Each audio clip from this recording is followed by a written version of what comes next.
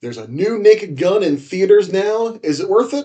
Well, it depends on what it is. Personally, I think it's worth the cost of admission. You've seen it before, haven't you? Once more unto the bridge, dear friends. Again and again until we're both dead. There's only like 12 stories. They change around little details, but they're all pretty much the same.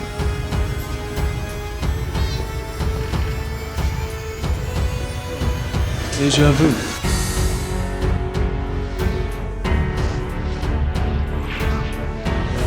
Something very familiar about it.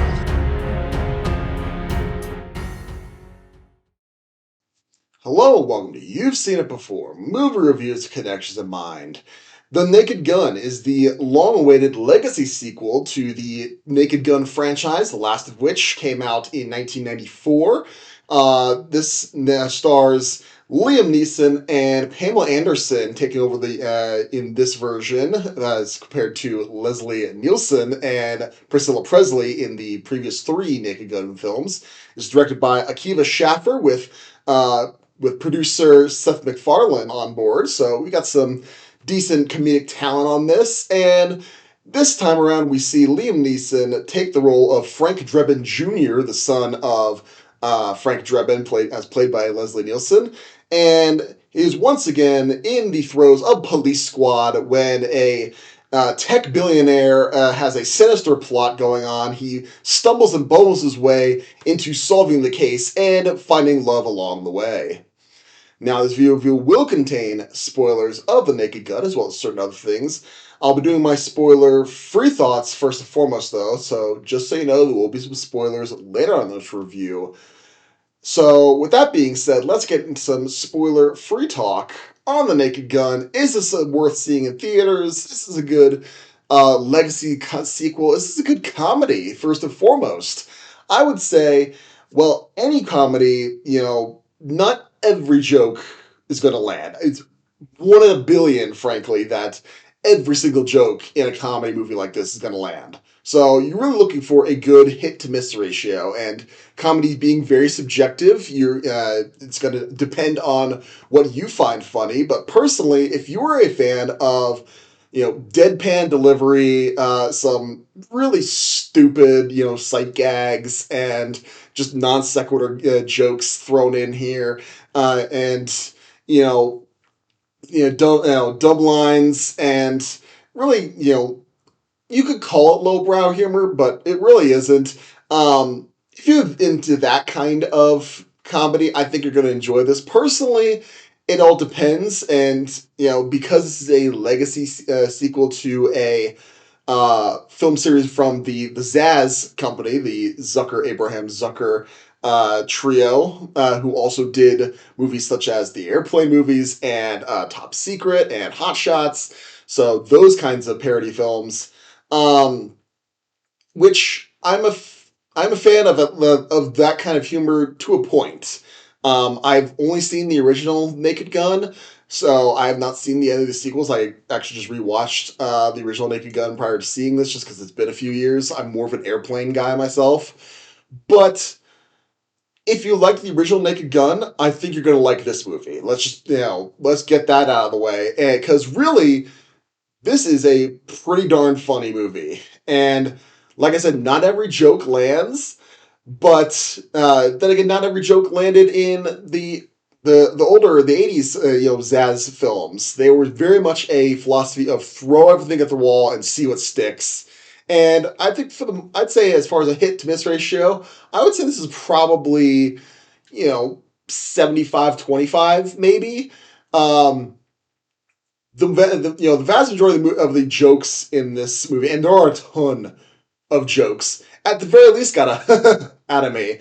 There are a couple that stood out that really got decent laughter from me. And if you're in a theater, which, for whatever reason, my screening was a little bit sparsely attended, but, when everyone's laughing together at the same time, that's really the best kind of experience for this kind of comedy. And if you enjoy any kind of comedy within a crowd, you're going to enjoy this. And frankly, I was kind of afraid going into this because a lot, with these kind of legacy sequels, you're almost a lot of them they're almost afraid to break the mold, so to speak, or deviate too much from the formula.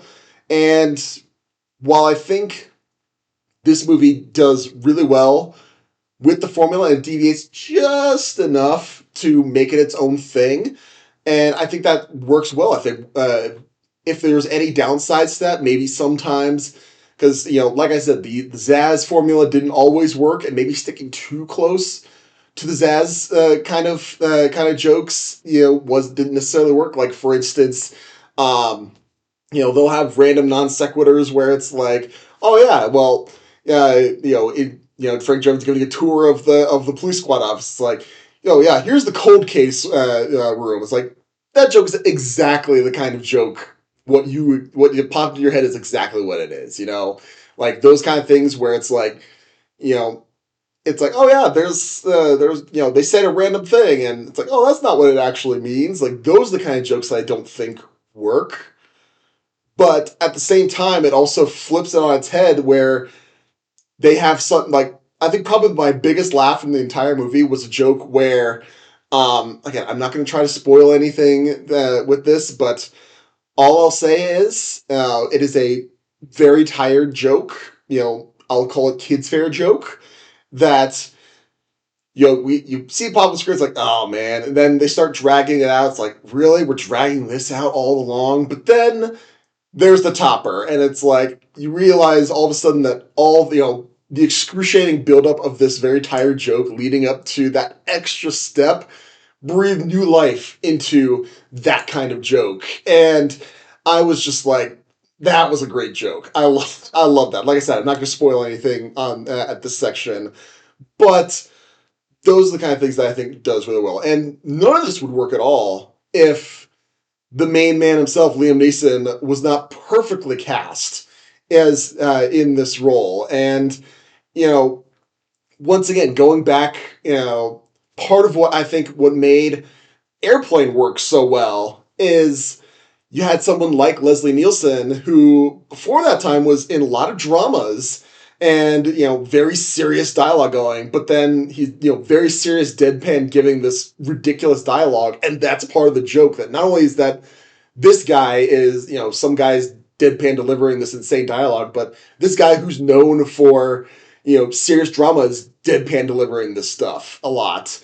And Liam Neeson coming off of his long streak of angry guy on mode of transportation movies, coming back, doing a comedy after all of that is refreshing, and he pulls it off very well. And so is Pamela Anderson as the love interest, who she's got some great deadpan moments as well.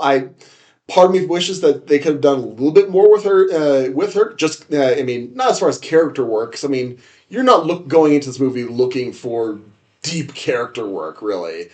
I just mean that they could have worked with her, had more scenes with her, and I would have been fine with it, frankly. And you also have great supporting cast. You have Danny Houston as the villain, who is as again, I just rewatched the original Naked Gun, as is that Danny Houston plays a perfect updated version of the sneering villain character that Ricardo Montalban did in the original. So you got all this going for it. It does a good job. Really, I don't have too much to nitpick. My nitpicks are going to be my nitpicks do lower the grade slightly a bit for me, but they're going to be spoilers, so I'll just discuss them in more detail in a second. So if I was going to give the Naked Gun 2025 a letter grade, I would say this is a B+.